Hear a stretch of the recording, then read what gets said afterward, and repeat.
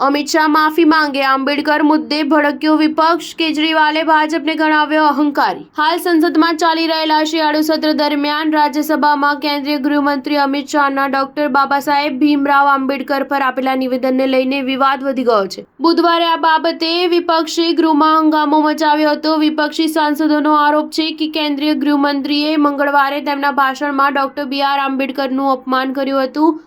આ વિવાદને લઈને હવે રાજકીય પ્રતિક્રિયાઓ પણ સામે આવી છે। કોંગ્રેસે કહ્યું છે કે અમિત શાહે રાજીનામું આપવું જોઈએ અને પોતે આપેલા નિવેદન માટે માફી માંગવી જોઈએ।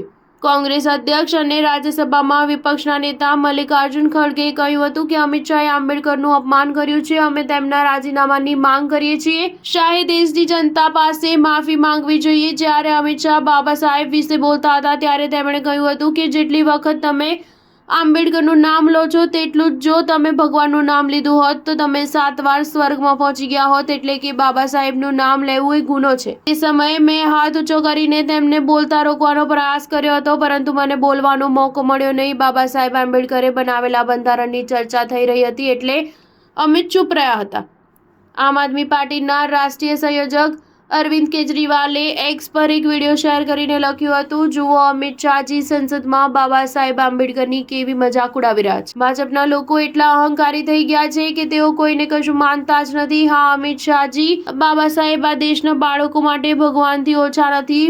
મૃત્યુ પછી સ્વર્ગ હોય તે ખબર નથી, પરંતુ જો બાબા સાહેબનું આ બંધારણ ન હોત તો તમે લોકો આ ધરતી પર પીડિત દલિત ગરીબને જીવતા ન દીધા હોત। ભારત બાબા સાહેબનું અપમાન સહન નહીં કરે। જય ભીમ। આઝાદ સમાજ પાર્ટીના વડા અને લોકસભા સાંસદ ચંદ્રશેખર આઝાદે જણાવ્યું હતું કે ગૃહમંત્રી અમિત શાહનું નિવેદન આદરણીય બાબા સાહેબ ડોક્ટર ભીમરાવ આંબેડકરના ઐતિહાસિક યોગદાન અને સામાજિક ન્યાય માટે તેમણે કરેલા સંઘર્ષનું અપમાન છે। બાબા સાહેબનું નામ લેવું એ કોઈ ફેશન નથી, પરંતુ સમાનતા, સ્વતંત્રતા અને સામાજિક